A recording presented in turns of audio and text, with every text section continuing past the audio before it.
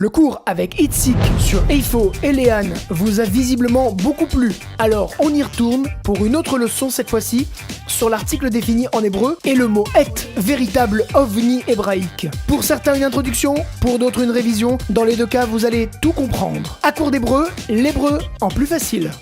Alors le deuxième thème c'est quoi? Ensuite, c'est ce que je voulais vous montrer aussi, c'est... Attends, j'efface. Le fameux et.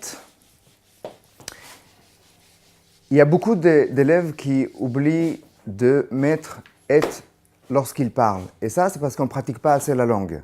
Donc, pour pratiquer le et, il faut énormément pratiquer. C'est pour ça que j'ai dit tout à l'heure que si on apprend la grammaire sans pratiquer, ça ne sert à rien.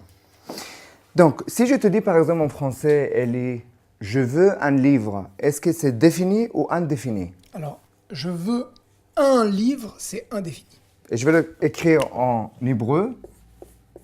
Ani, Rotse, Sefer. Sefer. On ne sait pas dans quel livre on parle, c'est indéfini. Par contre, si je dis... Donc, je veux un livre. Exactement. Est-ce que tu sais qu'est-ce que c'est en français un COD, complément d'objet direct? Un COD, attends, il faut que il faut faire une révision en français maintenant. Il faut que je me rappelle de mon CO2, ouais. où j'ai appris le COD. Alors, le COD, c'est le complément d'objet direct. Voilà. Je mange une pomme. Exactement. Une pomme. Je mange quoi? Une pomme. Voilà. Je bois quoi? Par contre, est-ce que le verbe aller, c'est un complément d'objet direct? Je vais où? Non. Voilà. Donc, ce n'est pas un complément d'objet direct. Donc, en hébreu, presque tous les verbes qui font partie des compléments d'objet direct, c'est suivi de et lorsque c'est défini. Donc, si je te dis Eli, ani rotse sefer, c'est indéfini. Bien sûr. Mais si je te dis Eli, je veux ce livre qui est défini, là nous avons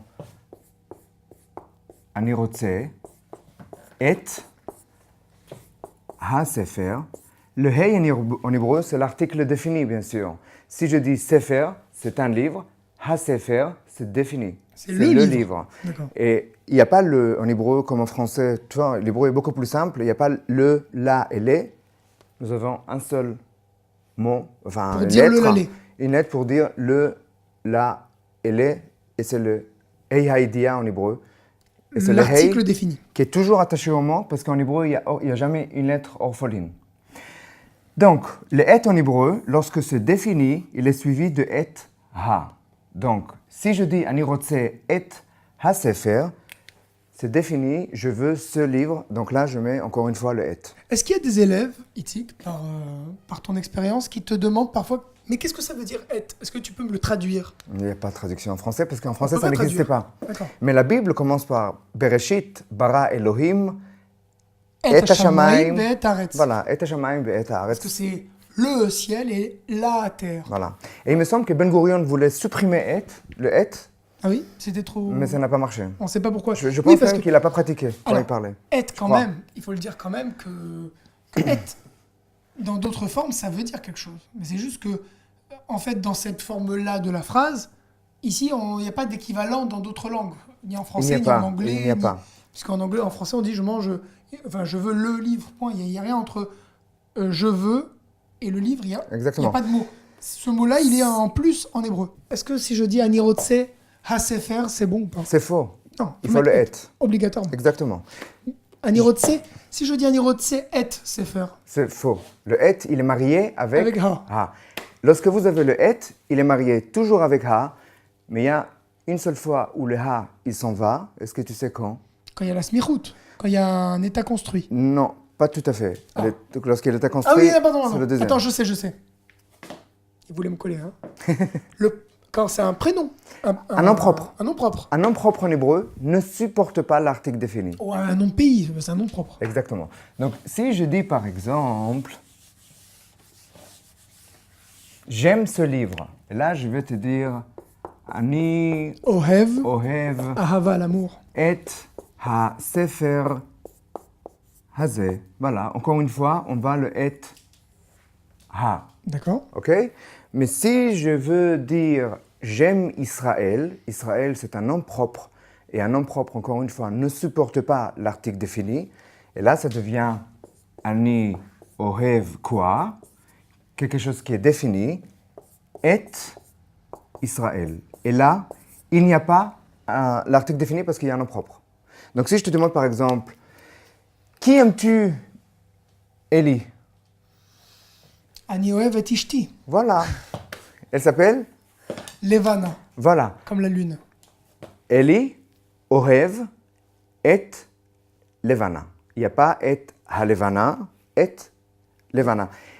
Et la chose le plus importante, dans le et, c'est la question.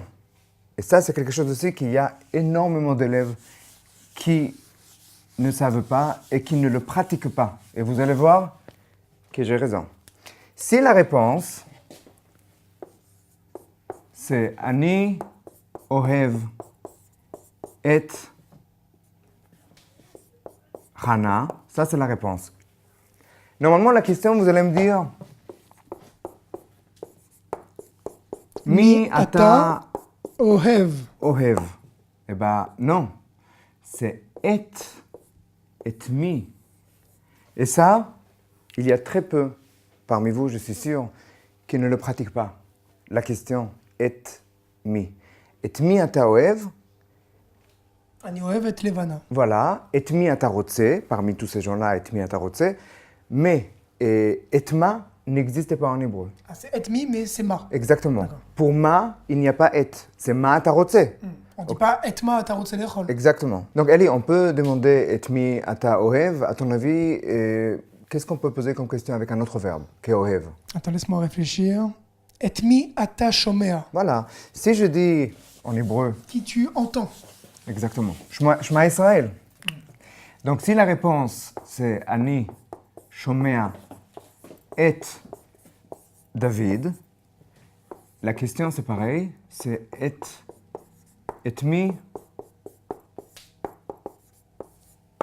mi ata shomea, pas interrogation bien sûr. Donc et mi ata shomea, Ani shomea et David.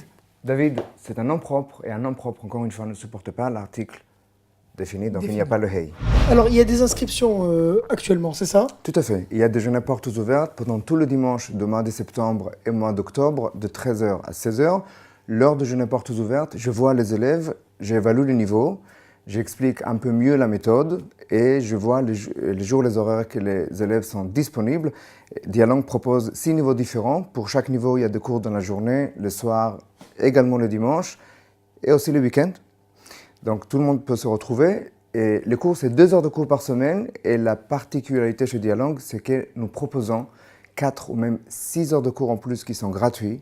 C'est ce qui permet aux élèves de bien progresser. L'idée des cours supplémentaires, c'est de tout simplement de pouvoir rattraper un cours que nous avons manqué, faire un cours qui est plus fort si quelqu'un il a envie de progresser, s'il fait l'ALIA ou pas, et faire un cours moins fort pour pouvoir faire une révision. Donc chaque semaine, chaque élève aura la possibilité d'avoir 4 jusqu'à 6 heures de cours par semaine, et ça c'est gratuit. Ce cours avec Itzik vous a plu? Alors ne manquez pas le prochain épisode de À court d'hébreu, où notre professeur d'hébreu se proposera de vous éclairer sur d'autres problèmes que vous rencontrez dans votre apprentissage de l'hébreu. Merci de nous être aussi fidèles et à bientôt.